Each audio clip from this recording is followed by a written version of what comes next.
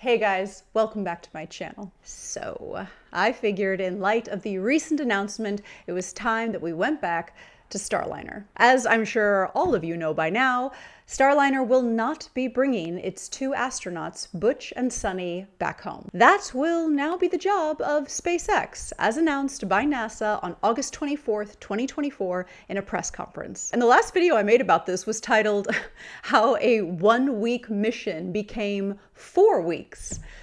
Oh, Marion, you sweet summer child. Well, now it looks like it's going to be 8 months before Butch and Suni come home in a spacecraft that they did not go up in. A 1-week mission turned into 8 months. That is crazy. So let's get into what happened here. What went wrong? What ultimately sealed it for NASA to not attempt a crewed return on Starliner?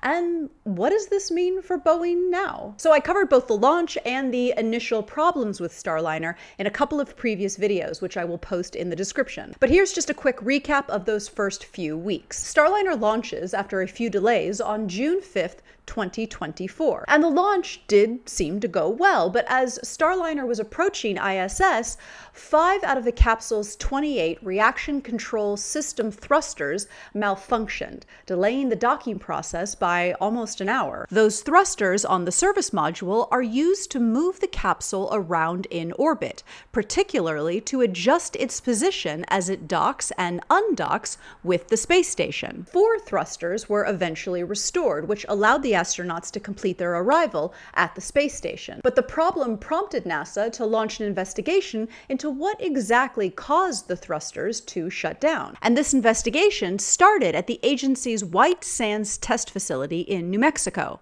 There, in late June, engineers with NASA and Boeing used a test engine to study the performance of the thrusters. Teams subjected the engine and its thrusters to conditions similar to those that the capsule experienced on its way to the space station. In July, mission managers also conducted a hot fire test in space, firing Starliner's thrusters in short bursts while it was still docked at the space station. Preliminary results indicated that all but 1 of the 28 reaction control system thrusters performed well. But, and there's always a but, NASA said that various tests have shown that a tiny Teflon seal seemed to swell under high temperatures. And this could block the flow of the propellant into the thrusters. They said that these expanding seals may be to blame for the thruster problems that cropped up during docking. On August 7th, Steve Stitch, NASA's Commercial Crew Program Manager,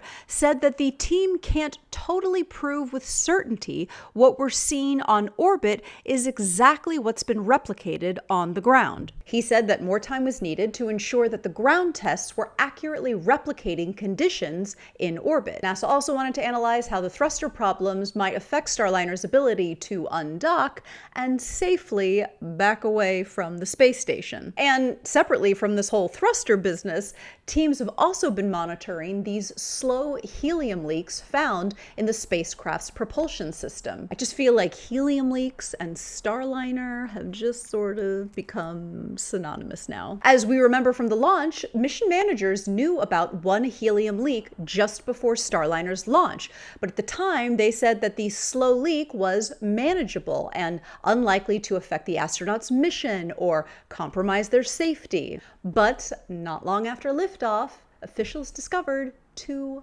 more helium leaks at the top side of the service module. In late July, NASA said that testing had verified that Starliner's propulsion system was stable and that helium leak rates had not increased in a way that might jeopardize a return trip to Earth. And they apparently brought in additional propulsion experts to conduct further testing and analysis. But as time kept passing, it started to become clear that a decision had to be made. And a return on the SpaceX Crew Dragon capsule seemed to be getting whispered about more and more. And it did kind of seem like this was the way it was going. But on August 24th, 2024, during a press conference, NASA made it official.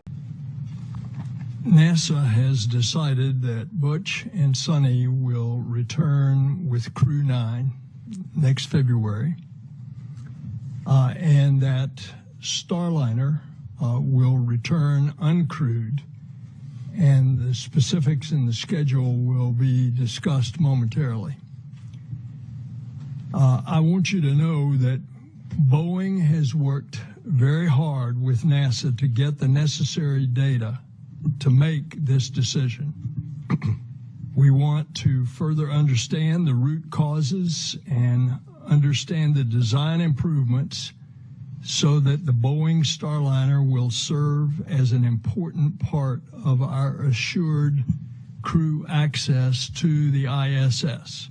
Bill Nelson went on to say that a huge part of the decision was based on what has happened in the past. NASA has lost 2 previous space shuttles with crews aboard based on, as he put it, mistakes we have made. And I'm going to quote him directly here because I think that this is really important. He went on to say, those losses have affected the decision today by this collective group and all of those that participated in the flight test readiness review this morning.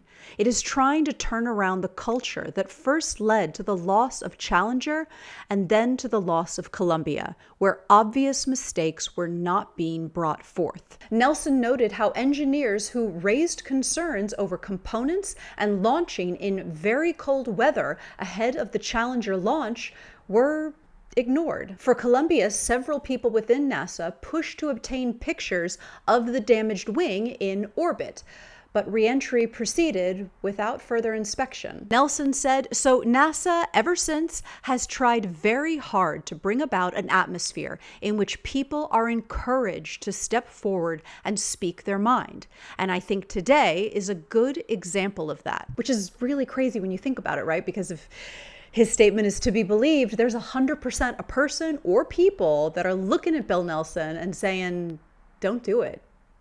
Don't send them back on Starliner. And in the world of NASA and space travel, there are not a lot of conversations that are more harrowing than that. Also, during the press conference, NASA Associate Administrator Jim Free said that more work was needed to understand the exact issue with Starliner's thrusters. He said that uncertainty remains in our understanding of the physics going on in the thrusters, and we still have some work to do. So as of now, the plan is that the Crew 9 launch will be modified to make room for the Starliner astronauts to allow them to come home in February 2025. The Dragon will fly up next month with just 2 astronauts rather than the usual 4. Meanwhile, NASA and Boeing will work to bring back an uncrewed Starliner back to Earth sometime in September, targeting a landing at the White Sands Space Harbor in New Mexico. Now, of course, the big questions is, what does this all mean for NASA and Boeing's relationship and the future of Starliner? Well, someone naturally asked that at the press conference, and this is what Bill Nelson had to say. Is your question, why does NASA continue to fund Boeing?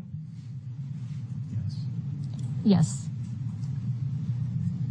For the obvious reason that, number one, we need 2 spacecraft to have the redundancy in case one is not available to take crew to and from the International Space Station.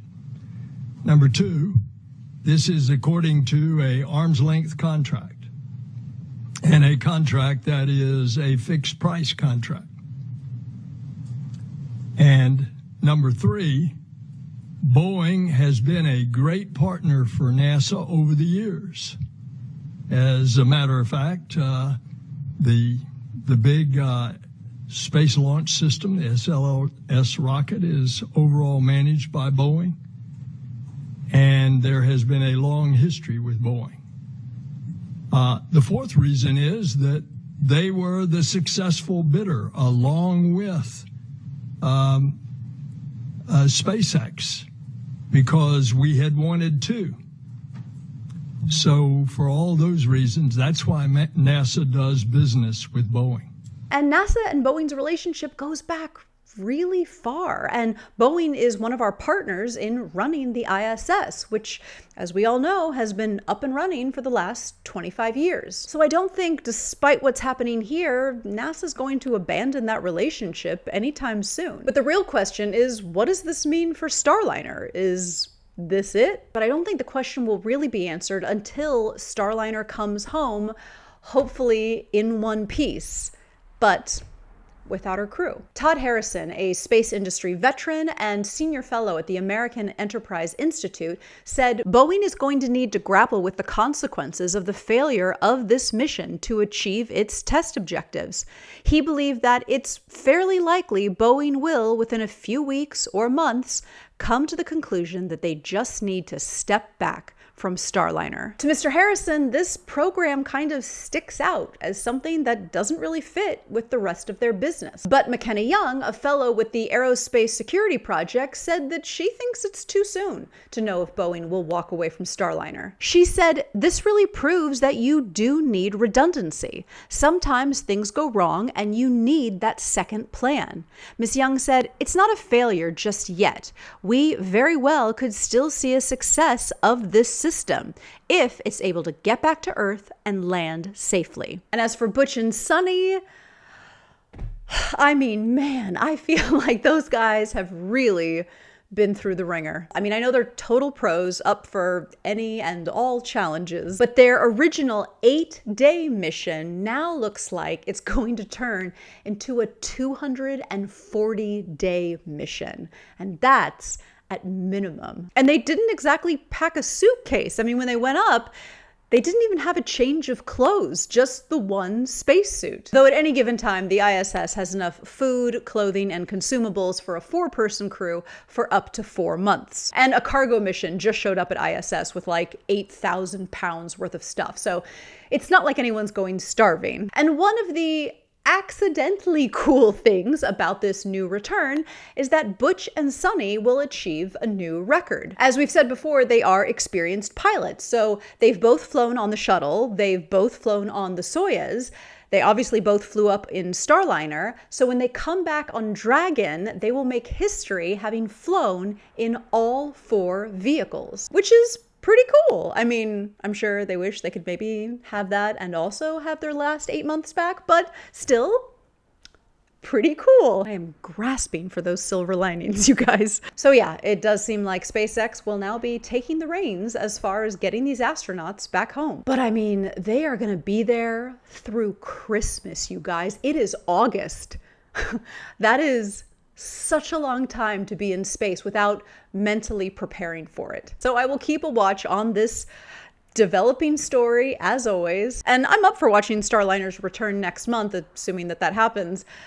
If you watched my live stream, you might remember that I was pretty nervous about the launch in the first place. So I feel like it will actually be a lot easier to enjoy watching it come home, knowing that there are not astronauts aboard. I don't remember Challenger, but I do remember Columbia, and it was awful and super traumatizing. So I am glad and appreciative of those at NASA who are of the mindset to not push for a crewed return of Starliner. And they say, let the data talk, right? So if the data is telling you this is not a good idea, it's not a good idea. And after all this time, I want to see Butch and Suni's smiling faces when they return to Earth. No other ending will do. Please let me know your thoughts in the comments below. Did you guys suspect that it was always going to go this way? And do you think Starliner has a future? I look forward to hearing your thoughts on this one. Thank you so much for watching, and as always, I will see you in the next video. Well, I can tell you, it is an honor to share this time with y'all as well. And yes, it has been an interesting several days. It's been a wonderful several days. And Suni and I also, and I'll use that word again, feel honored to have the opportunity to share in this together, sharing this with all of those that at Boeing and at ULA and at NASA that have put their all into this.